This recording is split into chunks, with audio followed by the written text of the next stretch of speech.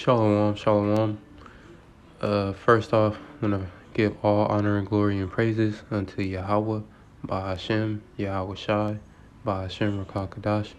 Double honors to the elders and apostles, to the apostles and the elders of Great Millstone, and to the elect, first and foremost, and to you sincere brothers and sisters who sincerely are listening and learning the true gospel of the Most High Yahweh, Bahashem Yahweh Shai.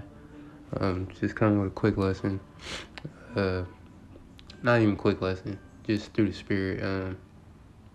I was just talking with my wife before, she headed out to work or whatever, and we're just talking about just dealing with being in Babylon a little bit longer, trying to, because of course, us being in Cali, in the recent news, world news, we have I'm gonna call it Salakia. I'm gonna call it the Omorion variant, because that's what they calling it on social media. So, anyways, with the Omorion variant, coming out here in California recently, we're given these new restrictions and lockdowns and things of that nature coming forth. But just overall, just living in California is not an easy state to live in, so to speak. You can do a simple rent comparison from here to Nevada, and then you can see why you really have to not be you just have to be well established enough or self-sufficient enough to take care of your your rent, as well as whatever utilities you may have to pay, or food, but that's neither here or there. The point of it being is just being in Babylon, being in captivity, just around just speaking in the realm of those things, just happen to continue on, and wait to be redeemed. And basically, I was going into, she was going into how, it gets tiring, like you wake up, you keep doing the same repetitive things, and this is something, before we were, when we were not woken to the truth, we just thought it was our regular, day-to-day lives, and this is just what we here on earth for, not realizing that we were born into a captive state, and born in the land of our enemies. So and that's a typical thing, that's something that's always happened throughout history, whether it be us, subjugating a certain land or a nation of people, and then killing off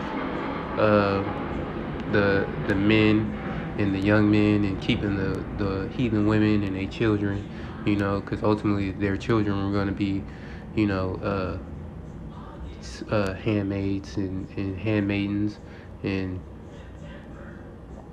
slaves or of that sort. And then of course, a lot of people got an issue with it, but a lot of those heathen women were used to reproduce the nation of Israel as a whole.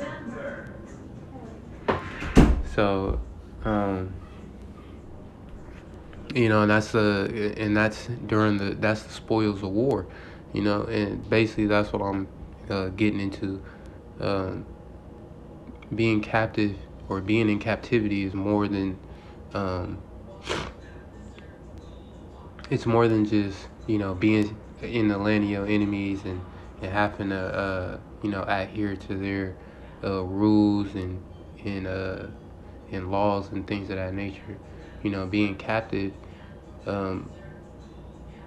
it's well, as you can see, I'm already on the definition, so we're just going to go into the word captivity. We're going to break that down, and then we're going to see why going to have slaves, and we're going to be able to have women, heathen women in the kingdom, and we're going to be using them to reproduce as well as the daughters of Zion. But ultimately, a lot of people have a misconception with this doctrine, and it's a factual doctrine that's true. It's something that's true.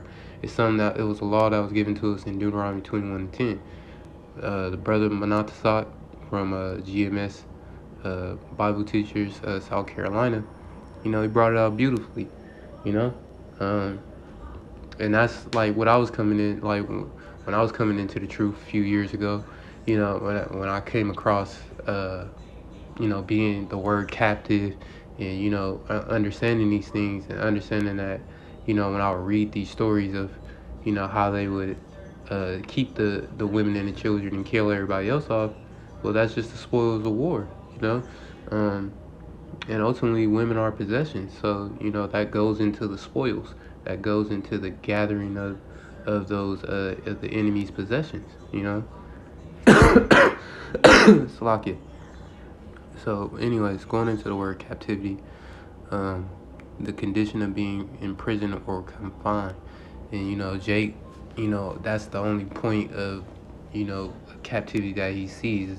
He just sees that he's stuck over here, and or anywhere in the world, I should say. But you're stuck in the land of your enemies, and you're basically subject to work and payments and things of that nature. But really, this is a wartime situation. We're in war times. So, Sleazy E, he's done a great job of, distracting the nation, Israel, and having them realize that they're in a war time. They're prisoners of war. You're not only prisoners and captives of, of the Most High, or you're not captives and prisoners of Esau, Edom. Ultimately, he took us from the Most High. So, and he put us into his own into his own land, or he subjugated us to to be down in the spirit to overtake us. Ultimately that came from the Most High. But the Most High gave us up as a spoil. Because we're his possession, we're his treasure. So ultimately he gave us up. And it wasn't in a weak state, and I'm not saying that. I will never say that about Yahweh or Yahweh Shai. It was not. It was a well precision decision. I guess you could say that. It was a precise decision that he made when giving us up to these other nations as well as Esau, Edom. Because ultimately, it's all going to downfall and play on him, because like scripture says, what's done to us will be done to them, but 10 times worse, but done in righteousness. So the Most High was not he was not weak or weakened when he gave us to us. It was a precise decision made. That's like when you watch these action movies, and the main character want to get inside the culprit's hideout or whatever. They got one of their partners there, so they purposely turn themselves in, and then they bust out some fucking magical ass way.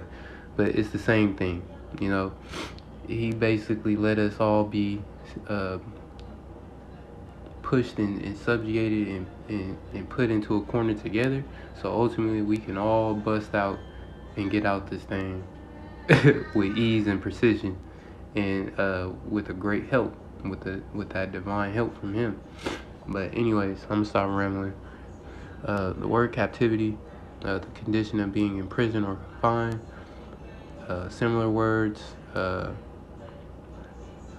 and a lot of these words, you could see those, throughout our daily lives. Incarceration, who's every day, every sort of thing that we have to deal with as Israelites in Babylon, It's a constant reminder that we are in captivity.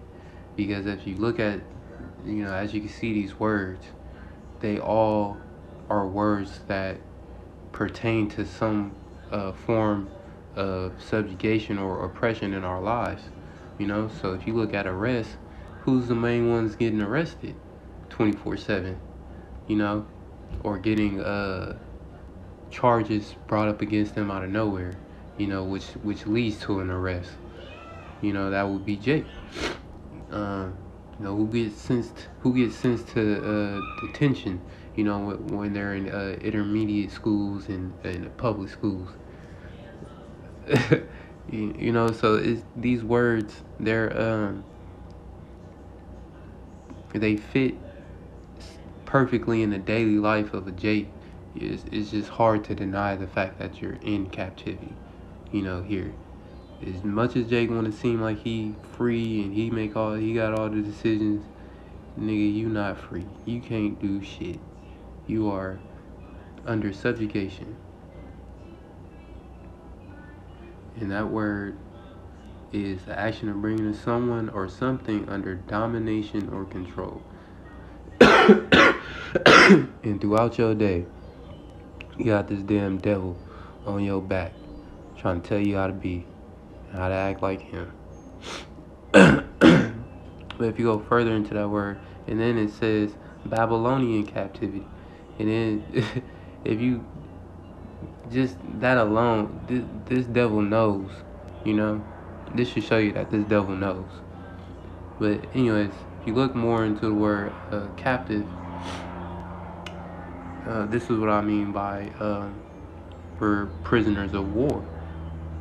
Because, of course, Revelation 13 and 10 speaks on, we taking captives who captives we were.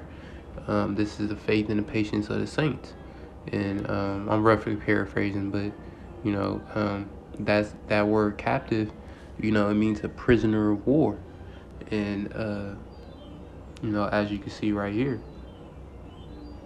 a person who has been captured and imprisoned by the enemy in war. And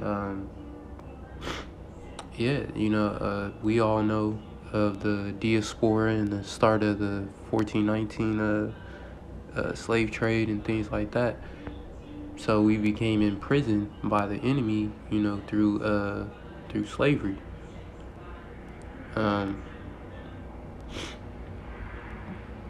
What does it say?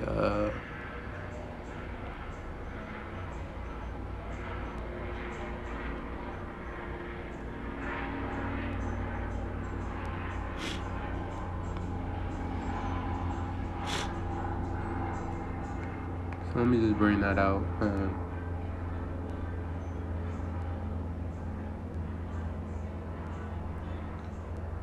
Revelations.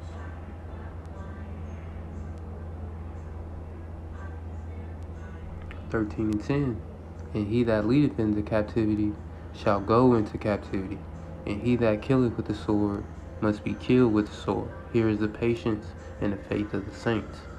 And this evil ass sleazy E has led us into captivity, over and over, countless times. And just over the past few hundred years, he's done I guess you say a great work of wickedness, in subjugating the 12 tribes, and really putting us into a captive state, not only physically but mentally. But yeah, it also says, but this is contradicting what he's done. It's bringing out what he's done, but it's also, going against what he's done as well. Because it says, he that leadeth into captivity shall go into captivity. So, yeah, we're exposing him for, being the wicked spirit, on the earth, and the main leader in our downfall. But we are also getting that glimpse of glory in the gospel, that speaks about us having slaves in the kingdom. Now, to really just bring out the whole heathen women in the kingdom, I'll just bring it out real quick. Deuteronomy 21:10. Now remember, we're captives. We're prisoners of war. So when the elect are ultimately raised up and the 1/3 are left behind, we're ultimately going to be, taking back what's ours, taking back just reclaiming righteousness in the world. I'll just say it like that. So we're in a wartime. We're getting ready for war. Us Israelites who are sitting here, going through, whatever we go through daily, and then on top of prophecy coming, we're in war. We're in war times. Yahweh Shai is coming back for war. He's not coming back. He says it. I come not to bring peace, but I came to with the sword. So, with that being said, he's ready.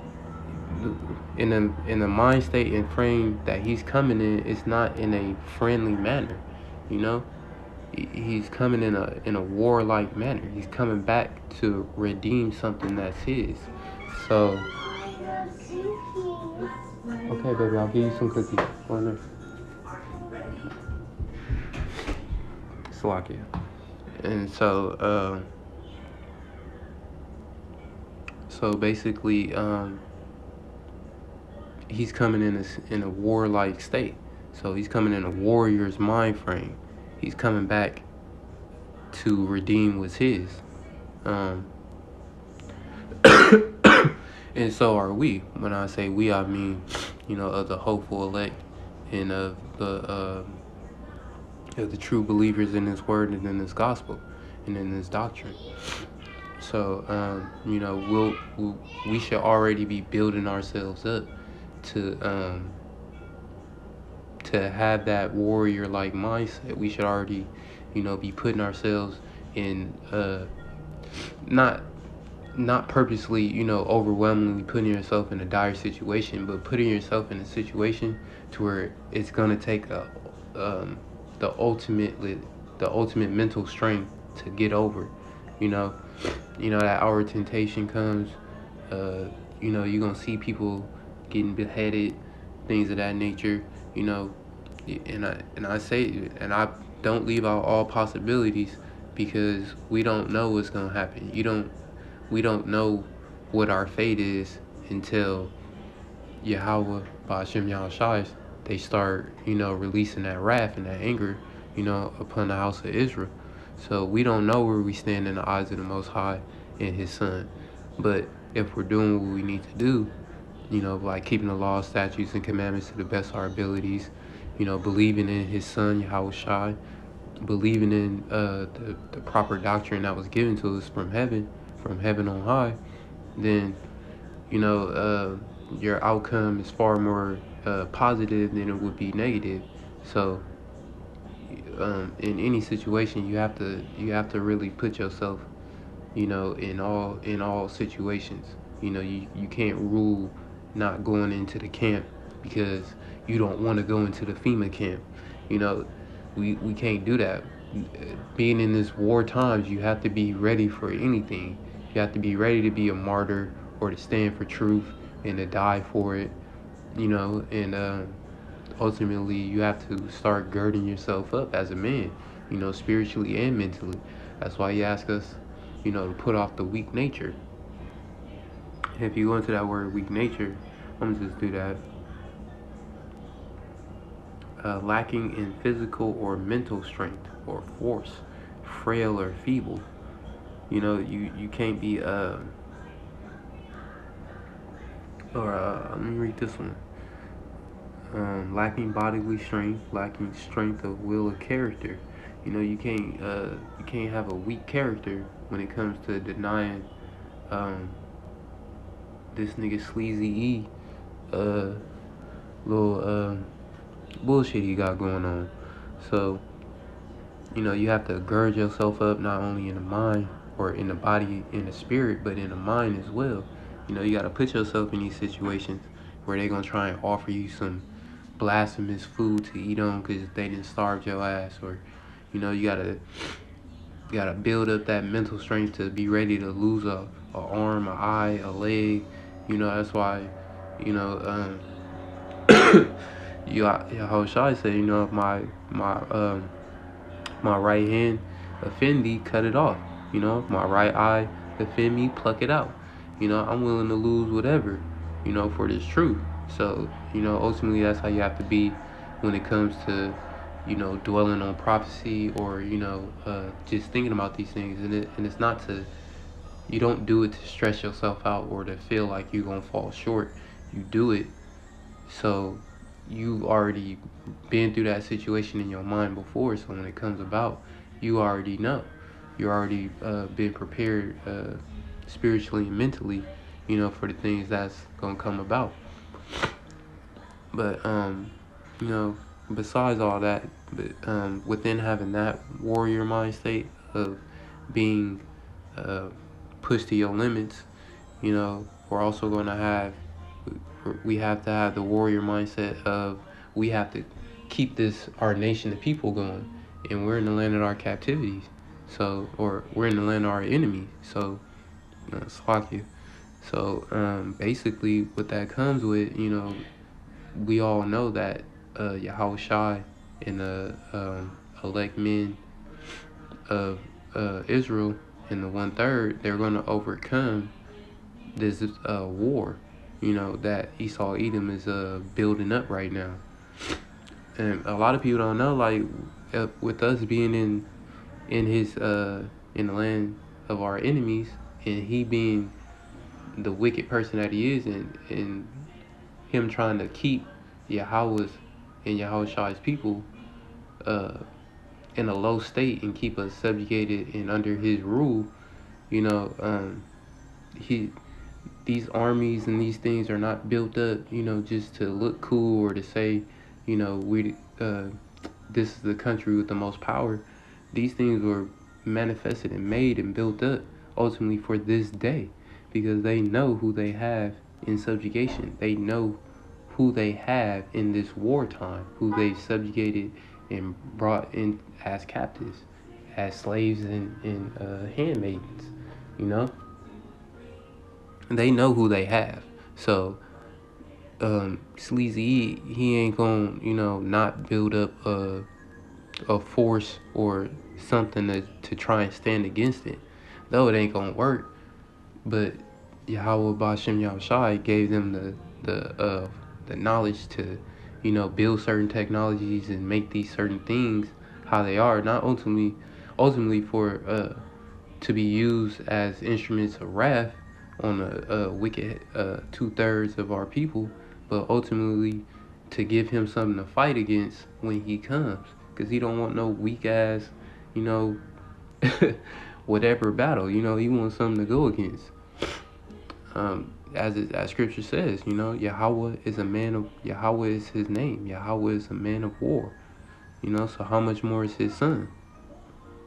But anyways, within having that warrior mindset and winning, we also get to reap the possessions of the land, and that being gold, silver, minerals, whatever it may be. And it's also the women, because women are possessions.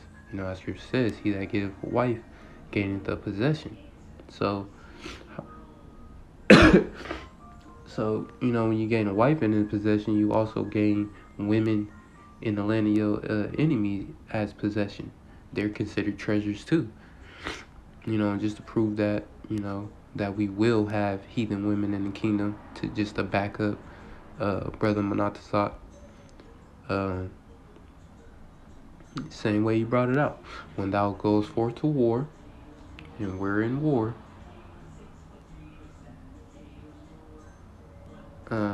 captive, prisoner of war. So we're in a war. We're in war times, and we eventually we're gonna stand up and fight back to gain our freedom.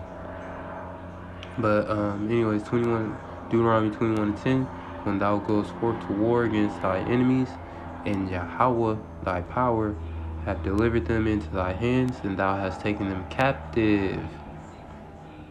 See that? Captive. And seest among the captives a beautiful woman. Well, hold on. How's she a beautiful woman, but she captive? Because she's a prisoner of war now, at this point. Let me read that again. And seest among the captives a beautiful woman, and has a desire unto her, that thou wouldest have her to thy wife, a lesser wife, but she's still going to be a wife in the kingdom. Just bring forth children, but she'll just be on a lower level.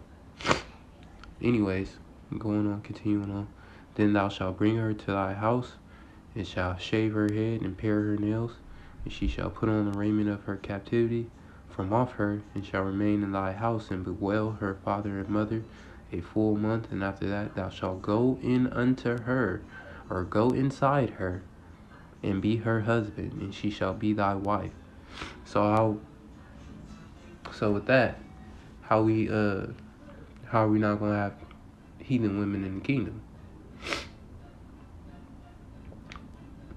So if someone can answer that for me, then I would love to know. But that to me and to the other brothers, it clearly says that when we take back over, and the elect are, taking back taking these heathen nations in for slavery, and if we see a beautiful woman out of either one of these nations, and if we want her, it's clearly saying what we have to do in order to obtain her as a wife of a captive, of a captive woman. It's clearly giving us the ins and outs and how we should do it. So, and then how much more when we're in the kingdom of heaven, and these things are written in the law is written in our hearts. So, really, I just wanted to bring that out.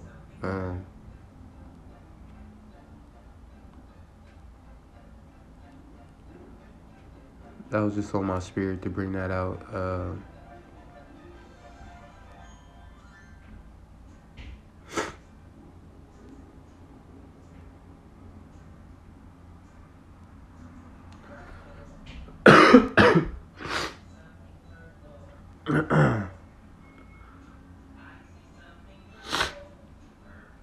So when brothers are, I just wanted to bring that out. So, that whole stop being so hard on Esau and these other, fuck that. These niggas is going into slavery. We taking they fucking women, and we treating them how they treated us. And that's that's the mindset you should have, and that's the mindset that you should be in from here on to the time of prophecy passing. But I just wanted to bring out Obadiah 1:15. For the day of Yahweh, Hashem Yahushua, is near upon all the heathen. As thou hast done, it shall be done unto thee. Thy reward shall return upon thy own head. For as ye have drunk upon my holy mountain, so shall all the heathen drink continually. Yeah, they shall drink, and they shall swallow down, and they shall be as though they had not been. We finna bring all you fucking heathen motherfuckers to a low state. Now, excuse me for my language, but you just get so riled up in the spirit just to understand that we going through all this, but that's the whole point of this truth, is to give you that gleam of hope, that this ain't forever, to let you know that this ain't forever. This ain't the end all be all of our lives. We not just sit here to be under subjugation. There's a great calling, there's a great intervention that's happening right now. Continuing on, and I'm gonna end it at that. But upon Mount Zion shall be deliverance, and there shall be holiness, and the house of Jacob shall possess their possessions.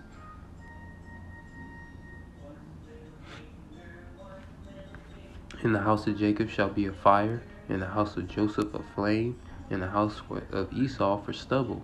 And they shall kindle in them and devour them, and there shall not be any remaining of the house of Esau, for Yahweh hath spoken it. So, yeah, and that verse is basically saying Northern Kingdom and Southern Kingdom are going to be going in on this wicked ass nigga E. So, there's nothing wrong with bringing out, these other nations and these people going into slavery from time to time. There's nothing wrong with that, especially now in these times, because we're getting that much closer. And this is more so, for the brothers out here, in my state where I live in, but this is for all of us. But I say for the brothers in California because, just the current state that we, the current moments that we in right now, we only a few weeks, or, it could be a few hours or a few days away from the next lockdown. And we know when this next lockdown happens, shit's about to hit the fan. It's not gonna be, all shits and giggles, from here. We got some real trials and real situations coming about. So, the stage is being set, and we just, more so myself, we have to be ready, for when these things come, because that day of that wrath, it ain't gonna be nothing nice, Yahweh Bashem Yahushai, these are men you don't want to be on their bad side. So, with that, Lord willing, you are edified. Call Allah Yahweh, Ba'ashem Yahushai, Ba'ashem Rakakadash, Barakatah Yahweh, Barakatah Yahushai, Barakatah Yahweh, Barakatah Yahushai, Ba'ashem Rakakadash. Shalom to sincere brothers and sisters tuned in, may have taken a listen. Kwam Yasharallah, DTA, Abba Baba.